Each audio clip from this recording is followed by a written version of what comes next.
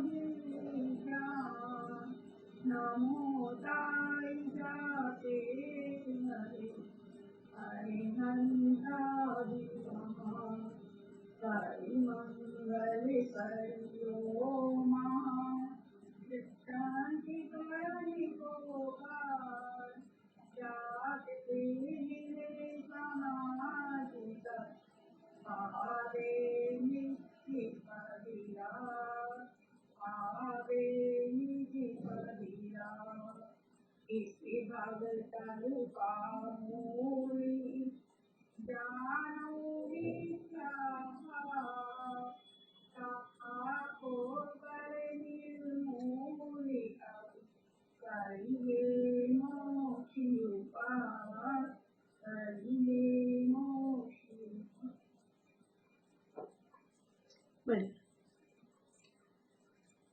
मोक्षम प्रकाशक में 7वें अधिकार की चर्चा अपनी चल रही है और निश्चयाभासी का प्रकरण यहाँ अपना चल रहा है।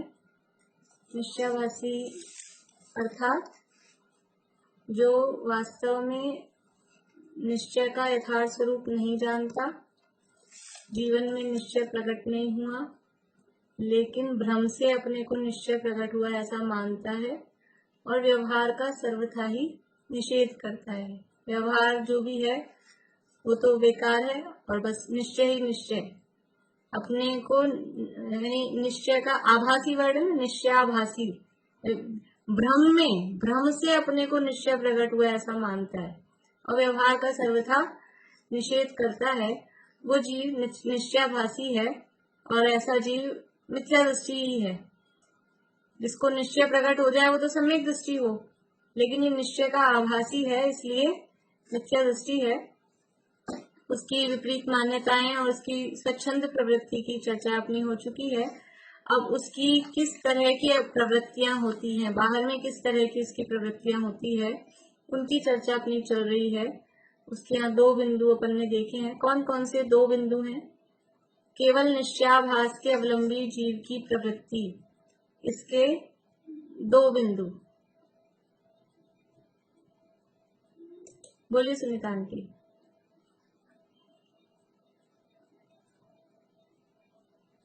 ज्ञानी विचारों में ही संतुष्ट हो रहा है और ज्ञानी वास्तव में है ना आश्रवबंध अपना ऐसा मानता है कि मैं आश्रवबंध मेरे में हो रहा और स्वच्छंद होकर प्रवृत्ति करता है। ज्ञानी नहीं, वो निश्चयवासी। हाँ, वो आत्मा के विचारों में ही संतुष्ट हो रहा है, विचार करके ही सोच रहा है कि हो गया काम, और अपने को आश्रवबंध, ज्ञानी को आश्रवबंध नहीं होता है इसलिए अपने को निर्बंध मानता है और स्वच्छंद प्रवृत्ति करता है। अपने को अभी आगे और भी बात आएगी, लेकिन जो गलती है ना ये स्वच्छंद प्रवृत्ति की, स्वच्छंद, यहाँ जो शब्द दिया था ना, बुद्धि पूर्वक रागादि नहीं होते या अभिप्राय पूर्वक नहीं होते, वो स्वच्छंदता को बताते हैं। यदि बुद्धि पूर्वक कर रहा है, अभिप्राय पूर्वक कर रहा है, तो वो उसकी स्वच्छंदता है कि कोई क्या होता है इससे, कोई जीता ना मरता, सब अपनी अपनी आयु से मरते जीते हैं, कुछ भी खाओ कुछ भी पियो, कैसे भी विषय भोगो, तो ये सारी चीजें होती है, स्वच्छंद प्रवृत्ति कहलाती है। कल हमने ये समय सार के कलश के यहाँ उदाहरण दिए थे, क्योंकि उसने समय सार का तर्क दिया था कि समय सार ने कहा है ज्ञानी के बंध नहीं होता। ये जो प्रकरण है ना, जो कल अपन ने ये वाला कलश पढ़ा था, ज्ञान न कर्म न जातु कर्तु उचितम, 151 नंबर का, नहीं 151 नहीं 166 जो आगे वाला है। तथापि न निरागम चरितमिष्यते ज्ञानी नाम, ये वाला जो कलश अपन ने कल पढ़ा था उसके पहले की, उससे पहले क्या बात चल रही थी, मतलब क्यों लिखा उससे जस्ट पहले ये वो कलश का पद्यानुवाद ये था जो कल अपन ने लास्ट में पढ़ा था। तो भी निरर्गल प्रवर्तन तो ज्ञानियों को वर्ज्य है, क्योंकि निरर्गल प्रवर्तन तो बंध का स्थान है। वांछा रहित जो प्रवर्तन वह बंध विरहित जानिए, जान ना करना परस्पर विरोधी ही मानिए। तो ये क्यों लिखा अंगचंद्राचार्य ने कलश, क्योंकि इससे पहले जो प्रकरण चल रहा है ना, इससे पहले ये बंधाधिकार का है ये कलश, और इससे पहले वो प्रकरण है जो कई बार अपन छंद बोलते हैं नाटक समय सार का, कर्म जाल वर्ग नासो जग में न बंधे जीव, बंधे न कदापि मन वच काय जोग सो, चेतन अचेतन की हिंसा सो न बंधे जीव, बंधे न अलख पंच विषय विषय भोग सो। क्या लिखा है? बंधे न अलख पंच विषय विषय भोग सो, कि विषय भोग भोगते रहे पंचेंद्रिय के विषय भोग, तो भी जीव बंधता नहीं है। वो वहां लिखा, ये यहाँ गाथाओं में ये बात है, बंधाधिकार की जो गाथाएं हैं उनमें ये बात कही है। जो तेल मर्दन कर पुरुष रेणु बहुल स्थान में, व्यायाम करता शस्त्र से बहुविध बहु उपघात से, ये गाथाएं 5 गाथाएं इकट्ठी हैं। और मतलब भाव बता देती हूँ, मैं सारी गाथाएं नहीं पढ़ रही हूँ। उन गाथाओं में क्या कहा है, मूल गाथाओं में, कि जिस तरह से कोई तेल लगाकर फिर एक्सरसाइज करे, वो अखाड़े में कसरत करे तेल लगा के मालिश करके, तो क्या होगा, बहुत धूल चिपकेगी उसके। ये 5 गाथाएं ये बताई। फिर इसके बाद में 5 गाथाएं दी कि जो तेल मर्दन रहित जन रेणु बहुल स्थान में व्यायाम करता शस्त्र से, वो सेम टू सेम, लेकिन वो सहित वाली है, ये रहित वाली है। और एक व्यक्ति है जो तेल मालिश करके फिर कसरत कर रहा है, एक व्यक्ति है जो तेल मालिश नहीं किया, सीधा वैसे ही वहां धूल में कसरत कर रहा है। तो जिसने तेल लगाया है उसके बहुत धूल चिपकेगी, और जिसने तेल नहीं लगाया था उसके धूल नहीं चिपकेगी, ऐसा उसमें कहा है। तो वैसे ही जो रागादि सहित जीव हैं, रागादि ही बंध का कारण है। ये अपन इसमें भी अभी पढ़े ना, इसमें दुरुक्षत्वाद बंध, बहुत सारा प्रवचन सार का प्रकरण देके वहां पे दिया था तत्वार्थ सूत्र में अपने। तो वो राग द्वेष ही बंध के कारण है, उसी से बंध होता है, और राग द्वेष नहीं है, मोह राग द्वेष नहीं है तो बंध नहीं होता। ऐसा यहाँ मूल समय सार में दिया। इसके बाद में कलश दिया अमृत चंद्राचार्य ने, वो जिसका भावानुवाद अपन ने अभी बनारसी दास जी का बोला नाटक समय सार का। तो तुरंत ही किसी को ये नहीं लग जाए कि अच्छा कि पंचेंद्रिय के विषय भोगों से बंधता नहीं है, इसलिए अगला कलश ही लिखा है। तो भी निरर्गल प्रवर्तन तो ज्ञानियों को वर्ज है, यद्यपि बंध नहीं हो रहा है पंचेंद्रिय के विषय भोगों से, तो भी निरर्गल प्रवर्तन, देखो वो बिना तेल मालिश के अगर धूल वाले स्थान में वो एक्सरसाइज कर रहा है, तो भी एक्सरसाइज कर रहा है जितनी जरूरत है उतने नहीं कि बिना बात ही धूल में जाके लेटे लोटपोट होए। तो थोड़ी बहुत ऐसा थोड़ी ना कि धूल चिपके, एक तो चिकनाई होगी तो बहुत बुरी तरह से चिपकेगी, जम जाएगी, पर लगेगी तो ना धूल। जबरदस्ती गंदगी में जाके धूल में जाके पड़ना, ये तो कोई बात नहीं है। इसलिए ये यहाँ पर तुरंत ही उस गाथाओं के बाद में, उस कलश के बाद तुरंत ये वाला कलश दिया कि ज्ञानियों को भी बंध नहीं होता, ऐसा कहा है, लेकिन इसका ये मतलब नहीं स्वच्छंदता पूर्वक कुछ भी करें। वांछा रहित जो प्रवर्तन वह बंध विरहित जानिए, जान ना करना परस्पर विरोधी ही मानिए। जो वांछा रहित, अभिप्राय रहित, इच्छा रहित, उपादेय बुद्धि रहित जो प्रवर्तन है वो बंध विरहित है। तो जितना वो अभिप्राय गया, जितनी वो इच्छा गई, जितना कषाय चौकड़ी गई, उतना वो बंध से रहित है। लेकिन ऐसा नहीं कि सर्वथा स्वच्छंद होके घूमेगा तो बंधेगा नहीं, ऐसा नहीं है। ये जो है जान ना करना परस्पर विरोधी ही मानिए, इसके लिए भी फेमस है वो बनारसी दास जी का छंद, ज्ञान कला जिनके घट जागी, ते जग माहि सहज वैरागी, ज्ञानी मगन विषय सुख माही। क्या है आगे?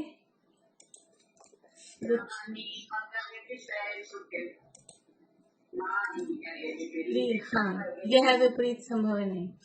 मतलब वो जो पीछे भी बात आई थी ना, ज्ञान वैराग्य शक्ति होती है, और जो ज्ञानी है वो करता नहीं है। एक और है दूसरा, ये तो पिछले वाले प्रकरण से हो गया।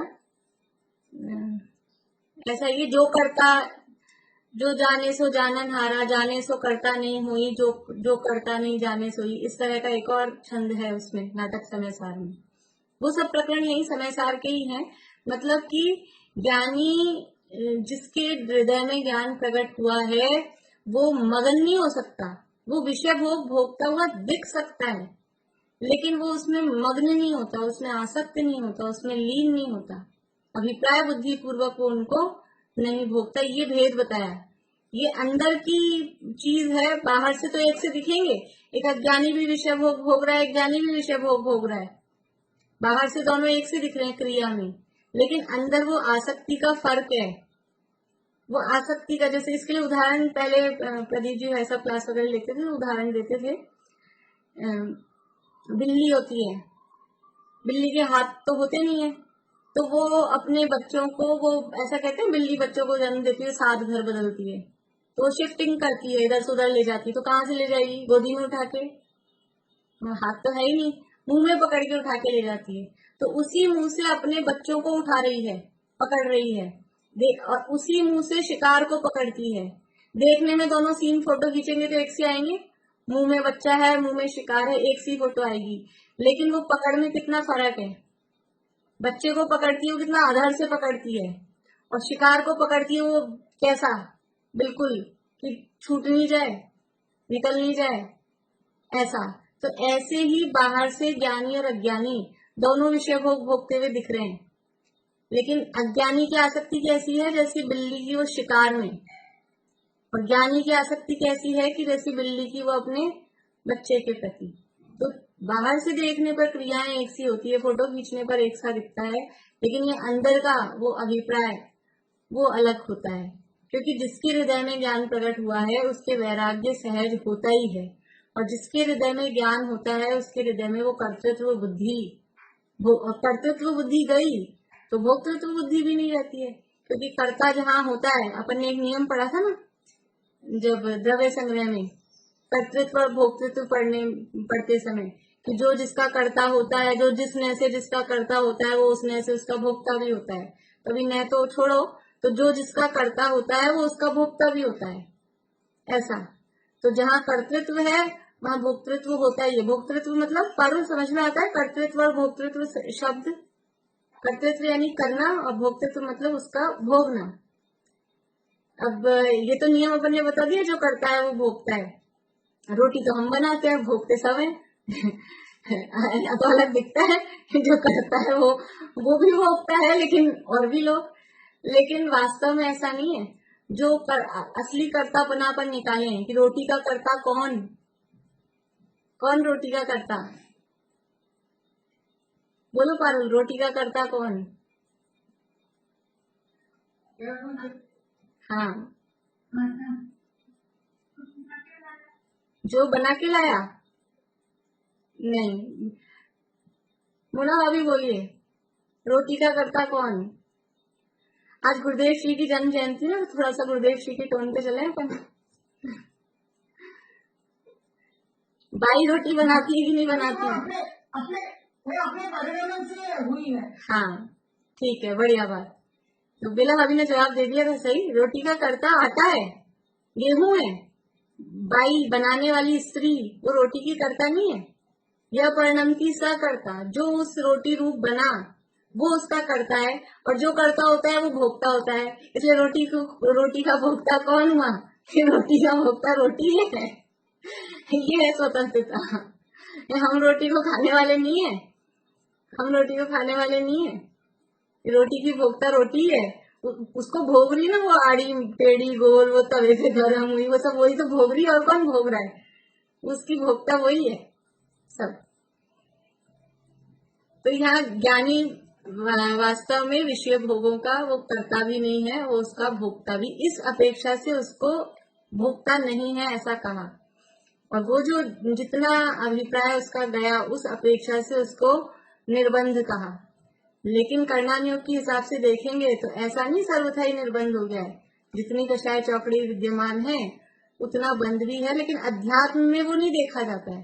अध्यात्म में उसको कहते हैं कि वो तो निर्बंध है। तो ये अध्यात्म पढ़ के ये स्वच्छंद हो रहा है, लेकिन उसी अध्यात्म में ये भी बात कही है। तो उसके तीन रेफरेंस यहाँ पंडित जी साहब ने इस संदर्भ में उसके लिए दिए हैं। देखिए पेज नंबर 208 पे ऊपर से ही पढ़ेंगे। इत्यादि कलश में, वो कलश नहीं बोल रही वापस से, इत्यादि कलश में स्वच्छंदी होने का निषेध किया है। बिना इच्छा के जो कार्य हो वह कर्म बंध का कारण नहीं है। बिना इच्छा के जो कार्य हो, इंटेंशन देखा जाता है, दुनिया में भी इंटेंशन देखा जाता है। डॉक्टर के हाथ से पेशेंट की मृत्यु हो जाए ऑपरेशन करते करते, तो जेल जाता है क्या डॉक्टर? कि वो इंटेंशन तो बचाने का था, इंटेंशन बचाने का था और मर गया, तो उसको कुछ नहीं, ना केस चलता है, ना कोई सजा होती है, ना कोई फाइन लगता है, कुछ ही नहीं। इरादा पूर्वक जो किया, एक अपने वो होती है संकल्पी हिंसा। संकल्पी हिंसा किसे कहते हैं? नाम याद है? 4 प्रकार की हिंसा। बेला जी बोलिए, 4 प्रकार की हिंसा कौन कौन सी है?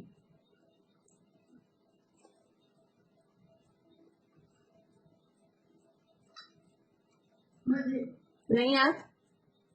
नहीं, कोई बात नहीं। बेला भाभी कहाँ गए? हाँ,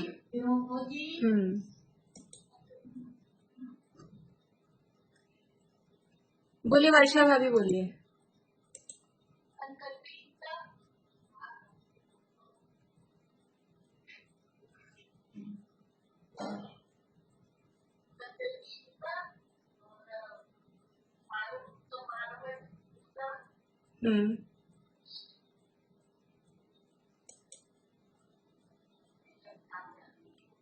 चलिए अनिता आंटी बोलिए, बोलिए अनिता आंटी।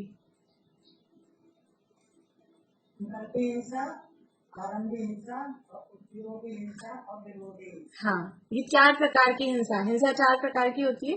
द्रव्य भाव रूप भी करते हैं भेद, वो अलग, उसमें ये 4 प्रकार की हिंसा। तो संकल्पी हिंसा किसे कहते हैं? संकल्पी हिंसा बोलो बेला भाभी, बोलिए।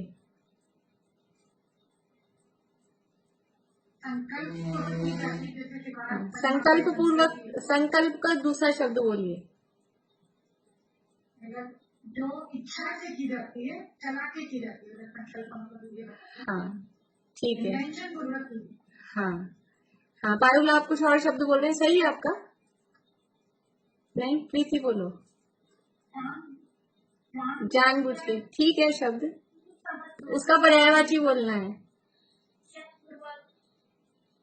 नहीं, इरादा पूर्वक वो शब्द, मतलब वो परिभाषा में बात वही है, सब इंटेंशन पूर्वक कहो, अभिप्राय पूर्वक कहो, जानबूझ कर कहो, इरादा पूर्वक जो हिंसा की जाती है। तो यहाँ ये जो कहा है कि इच्छा, बिना इच्छा के जो कार्य हो, इच्छा कब होगी? हमारा उसमें इरादा होता है, अभिप्राय होता है, और यहाँ बिना इच्छा के जो कार्य हो वह कर्म बंध का कारण नहीं है।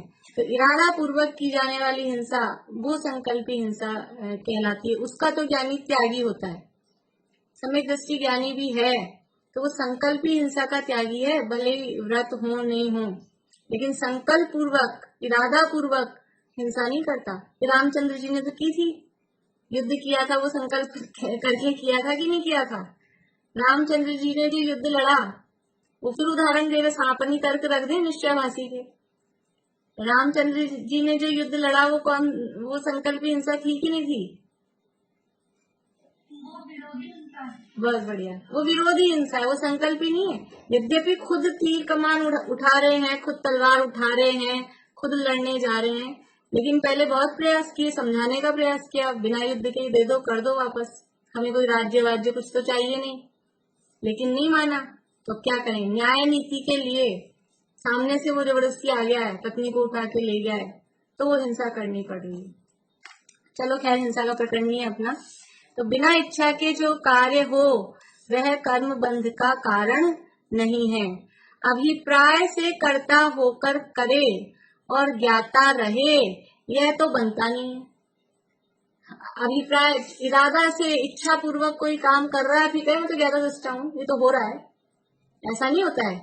आप चला के कोई काम करो और फिर तो हो रहा है, ऐसी बेईमानी, ऐसी मायाचारी, ये दुनिया में चलाओ, अपने आप से भी छल करो, लेकिन कर्मों से तो छल कर नहीं सकते। कर्मों में ऐसा छल नहीं चलता है आपका कि आप करो कुछ और बोलो कुछ। इसलिए अभिप्राय से कर्ता होकर करे और ज्ञाता रहे, यह तो बनता नहीं है, इत्यादि निरूपण किया है। इसलिए रागादि को बुरे अहितकारी जानकर उनके नाश के अर्थ उद्यम रखना। इसलिए प्रेरणा अपन को करना क्या है, करें क्या, ये सारी चर्चा सुन के कि रागादि बुरे हैं, अहितकारी हैं, दुख रूप है, दुख के कारण है। ये आश्रव भाव कैसे है, दुखा दुख फलती है, ये आश्रव भाव दुख रूप है, दुख के कारण तो है ही, दुख रूप है। दुख के कारण और दुख रूप, कारण है तो वो थोड़ा सा दूर का लगता है, बाहरी वस्तु है, लेकिन ये दुख रूप है, ये स्वयं दुख रूप है। जिस समय मोहराग देश भाव होते हैं उस समय कैसा लगता है, वो मोहराग देश परिणाम खुद दुख रूप, हम खुद परेशान होते हैं, ज्यादा कषाय चल रही हो, मान लो घर में ऐसा होता हो, अनबन होती हो देवरानी जेठानी में, कि सास बहू में, कि किसी में भी समझ लो, जो भी है XYZ, तो अनबन होती हो, इसने मुंह सुजा रखा है, उसने मुंह सुजा रखा है, दोनों बोल नहीं रहे, तो कैसा अजीब सा नहीं लगता है, ऐसे माहौल ऐसे खिंचाव खिंचाव सा बना रहे, और एक आराम से रहे तो वो ठीक लगता है। तो ये कषायों में मोहराग देश के परिणामों में खुद परेशान रहता है, वो दुख रूप है, और दुख के कारण है कि मोहराग देश परिणाम हो रहे हैं, इससे आगामी बंद हो रहा है, वो आगामी बंद उदय में आ रहा है, तो वो उदय में जो आ रहा है वो फिर से दुख दे रहा है। तो दुख रूप है और दुख के कारण है। दुख के कारण है वो तो थोड़ा दूर का है, वो कुछ समय बाद में कारण अपना असर दिखा रहा है, लेकिन दुख रूप है मतलब वर्तमान में, अभी वो प्रेजेंट में ही, समझ लीजिए ऐसा बोलते हैं कैश में, अभी के अभी आपको फल दे रहे हैं। एक तो थोड़ा उधार वाला है, तो कुछ समय, कुछ भी टाइम लगे उसमें, कुछ भी समय लगे, वो कुछ समय बाद दे रहा है, जो कारण बना है वो तो, लेकिन ये दुख रूप है, उसी समय क्रोधादि कषाएं उसी समय आकुलता पैदा करती हैं, बाद में उससे आकुलता होगी वो तो अलग है, लेकिन जिस समय क्रोध मान माया लोभ के परिणाम होते हैं उस समय ये आत्मा जलती है, कसती है, इसलिए इसका नाम कषाय है। तो दुख रूप है, दुख के कारण है, अहितकारी है, ऐसा जानकर उनके नाश के अर्थ, नाश के अर्थ मतलब लिए, नाश के लिए उद्यम रखना, ऐसा काम करना, उद्यम उसका उपाय करना, उसके लिए पुरुषार्थ करना, उसके लिए काम करना। वहां अनुक्रम से, अब कैसे करें, नाश कैसे करें, मोहराग देश का नाश करने के लिए, उद्यम करने के लिए आपने कह दिया, तो करें क्या उसके लिए, तो प्रक्रिया भी बता रहे हैं क्या करें। वहां अनुक्रम से पहले तीव्र रागादि छोड़ने के अर्थ अशुभ कार्य छोड़कर शुभ में लगना, पश्चात मंद रागादि भी छोड़ने के अर्थ शुभ को भी छोड़कर शुद्धोपयोग रूप होना। बुखार हो गया 104 डिग्री, क्या करें, वो तो बुखार में तो क्या होता है, एलोपैथी दवाइयां तो क्या होता है 104 से आपने एक ली पैरासिटामोल या जो भी डोलो वोलो जो भी चल रही है आजकल, तो एकदम से भी कभी कभी पूरा पूरा तोड़ भी देती हैं, लेकिन समझ लो अपने आयुर्वेदिक लिया, अपने एलोपैथिक नहीं लेते।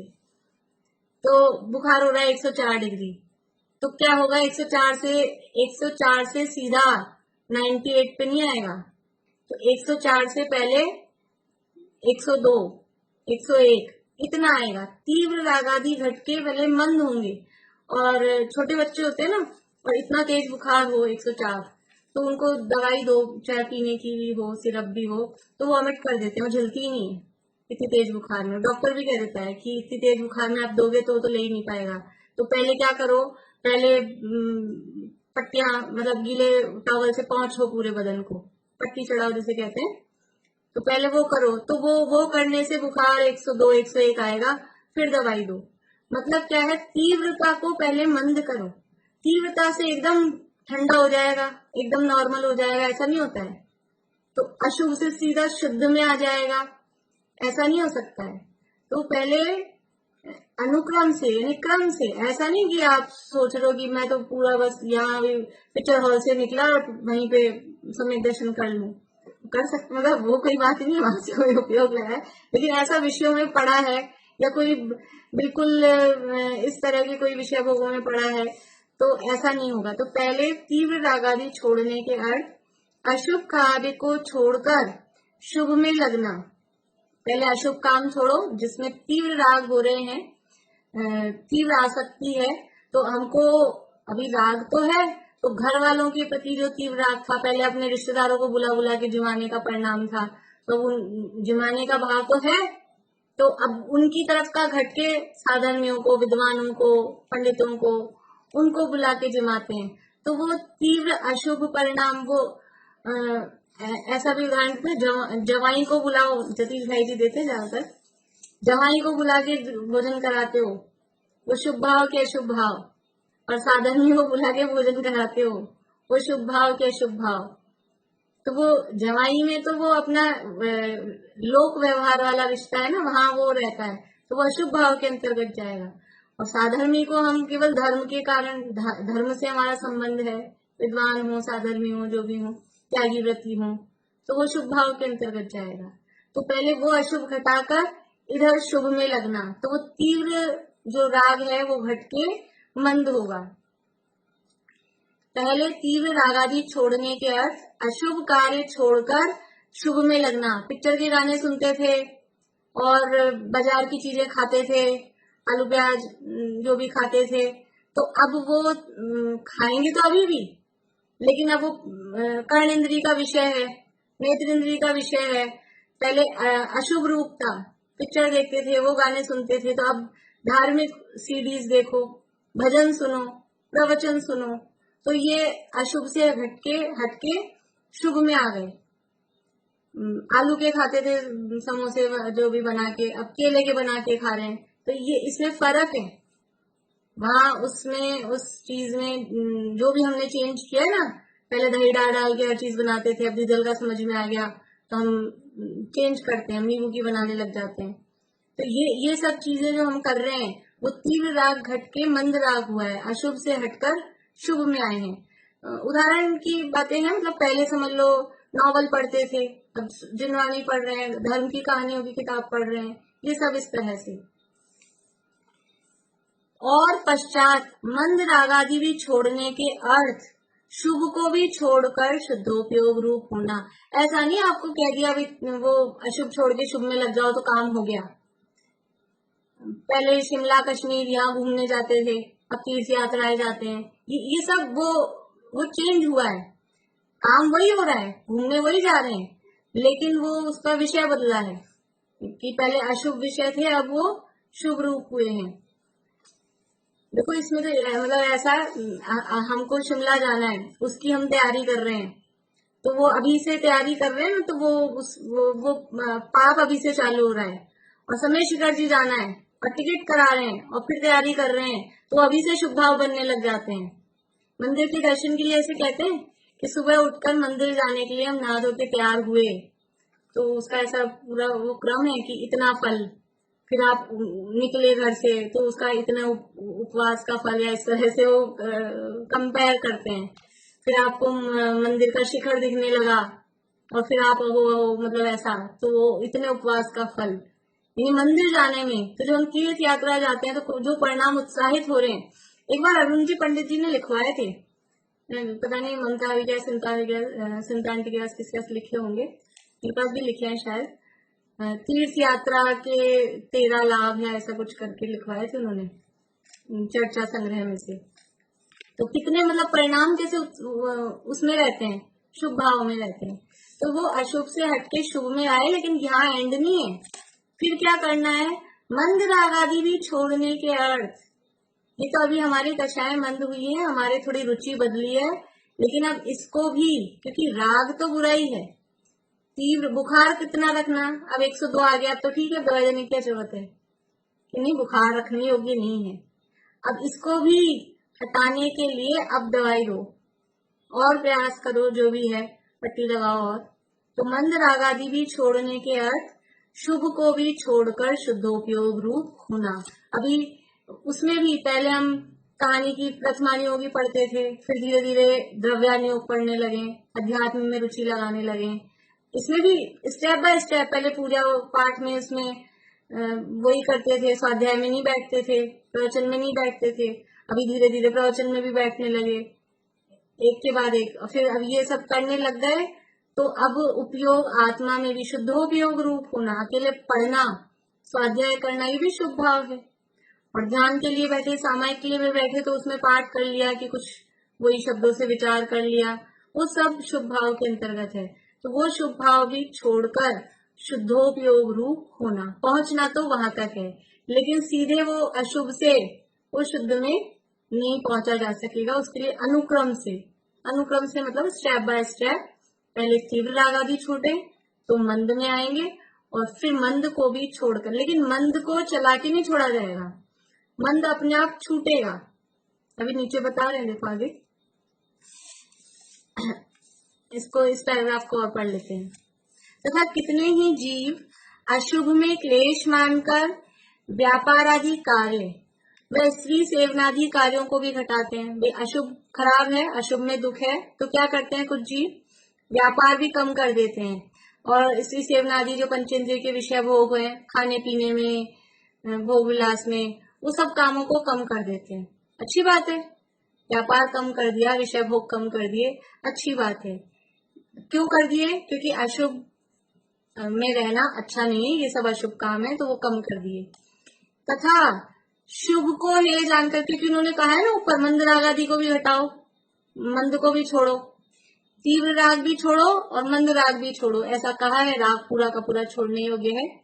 तो तीव्र राग को छोड़ने के लिए तो उन्होंने क्या किया कि व्यापार आदि कम कर दिए, खान पान सब में बिल्कुल सिंपल हो गए, सामान्य, बिल्कुल ऐसा कुछ नहीं, नीरस जैसा सब हो गया, विषय भोग कुछ नहीं। तो ये तो तीव्र राग को छोड़ने के लिए किया। लेकिन मंद राग को छोड़ने के लिए क्या किया कि वो मंद राग भी है, शुभ भी है, ये जानकर, शुभ को है जानकर शास्त्राभ्यास आदि कार्यों में नहीं प्रवर्तते हैं। क्योंकि हमने अभी क्या दिया, ये भी सब शुभ भाव है, पूजन करना, स्वाध्याय करना, तीर्थ यात्रा करना, ये सब भी शुभ भाव है, ये भी कोई शुद्धोपयोग थोड़ी ना, इसको भी छोड़ना है। तो हम ये भी छोड़ दिए, हम वो भी छोड़ दिए, हम दोनों छोड़ दिए, किया क्या, इस शुद्धोपयोग तो हुआ नहीं। देखो क्या कह रहे हैं। तथा शुभ को हे जानकर शास्त्राभ्यास आदि कार्यों में नहीं प्रवर्तते हैं, वीतराग भाव रूप शुद्धोपयोग को प्राप्त हुए नहीं है। समझ लो ऐसी स्थिति है, जिसे बोलते हैं ना, अभी वो सुनने में अच्छा नहीं लगता, लेकिन ना इधर का ना उधर का, मैं कहावत नहीं बोल रही हूँ इधर से भी गए उधर से भी गए, तीव्र राग भी छोड़ दिया, तो अशुभ भी छोड़ दिया और शुभ भी छोड़ दिया, और शुद्ध में पहुंचे ही नहीं। इस सीढ़ी पे से भी पांव उठा दिया, दूसरी सीढ़ी पे पांव जमाया नहीं है, वो होगा क्या उसका? पिछली सीढ़ी से पांव उठा दिया, आगे की सीढ़ी पे पांव जमाया नहीं है, तो होगा क्या? गिरेगा, क्या होगा इससे? माथा फूटेगा, और क्या होगा उसका? तो इसलिए वे जीव अर्थ, काम, धर्म, मोक्ष रूप पुरुषार्थ से रहित होते हुए आलसी, निरुद्यमी होते हैं। सब कामों में आलसी, घर गृहस्थी के कामों में भी नहीं करना, और पूजन पाठ, व्रत, उपवास, स्वाध्याय ये भी नहीं करना। फिर क्या है, बस आलस में पड़े हैं, सो रहे हैं, लेटे हैं, ठीक है, कुछ भी नहीं करना अपने को। तो जो मिल जाए वो खा लेंगे शांति से, बोलेंगे कुछ नहीं, लेकिन ना शुद्धोपयोग का प्रयास कर रहे हैं, न स्वाध्याय आदि शुभ भाव कर रहे हैं, और न विषय भोगों में आ सकते हैं। तो ऐसे वो आलसी, वो शब्द था ना, वो आलसी हूँ, आलसी स्वच्छंद हूँ, ज्ञान नय के पक्षपाती, वो कल अपन ने पढ़ा था। तो देखो यहाँ जो कहा है, धर्म, अर्थ काम धर्म मोक्ष रूप पुरुषार्थ से रहित होते हुए, ये क्या है? 4 पुरुषार्थ कहे गए हैं। दुनिया में और धर्म वाले भी ऐसे 4 पुरुषार्थ मानते हैं, धर्म, अर्थ, काम और मोक्ष। इसका भी छंद नाटक समय सार में आता है, सुनाऊंगी, मुझे याद है, लेकिन अभी समय हो रहा है। तो यहाँ 4 पुरुषार्थों की बात की है। देखो कैसे किए, व्यापार आदि कार्य, ये हो गया, कौन सा पुरुषार्थ हो गया? अर्थ मतलब अर्निंग, इकोनॉमिक वाला अर्थ, अर्थ का अर्थ रुपया पैसा धन दौलत, वो वाला अर्थ। तो जो व्यापार आदि कार्य छोड़े तो वो अर्थ पुरुषार्थ से रहित हो गए। स्त्री सेवन आदि कार्य घटाए तो वो काम पुरुषार्थ से रहित हो गए। काम सेवन वो काम पुरुषार्थ। फिर है शास्त्राभ्यास आदि कार्यों में नहीं प्रवर्त हुए तो ये धर्म पुरुषार्थ भी गया, धर्म के काम भी गए। और फिर वीतराग भाव रूप शुद्धोपयोग को भी प्राप्त नहीं हुए तो मोक्ष पुरुषार्थ से भी रहित हुए। चारों पुरुषार्थ से रहित हो गए।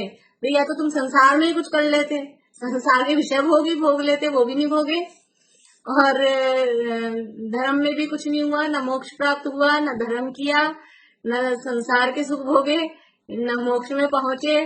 तो आलसी निरुद्यमी होकर ऐसे ही अपना समय गंवाते हैं। इस तरह से निश्चयाभासी जीव की प्रवृत्ति यहाँ बताई गई है और यहाँ पंचाशी काय का भी उदाहरण दिया है और चर्चा अपन कल करेंगे।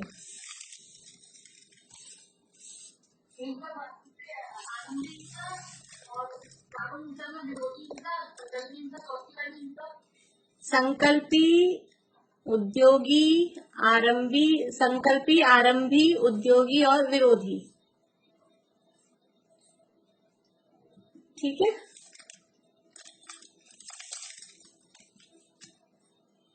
दिनवाणी स्तुति।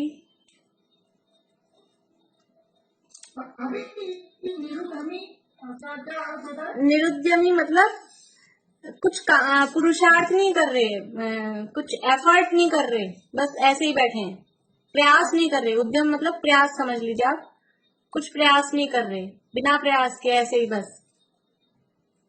जैसे ये पढ़ लिया सुन लिया कि जो काम होता है वो अपनी योग्यता से होता है, होनहार होती है, क्रमबद्ध में होता है तो होता है, तो बैठ जाओ। और मेरे क्रमबद्ध में होगा तो रोटी मुंह में चल के आ जाएगी, शाम को टाइम हो गया, और ये सोच के बैठ जाए। तो ऐसा ऐसा पढ़ सुन के आलसी निरुद्यमी, खुद को कुछ नहीं करना, होनहार होगी तो हो जाएगा, अब अपने करने से तो होता नहीं है, तो कुछ भी बैठे रहते हैं, ना धर्म में कुछ करते हैं, ना कमाई धमाई में कुछ करते हैं, ना विषय भोग में कुछ करते हैं, ना मोक्ष के लिए कुछ करते हैं। मोक्ष होना होगा जब हो जाएगा, अब जब आत्मा का अनुभव होना होगा हो जाएगा। ऐसे इस तरह से वो आलसी निरुद्यमी होते हैं।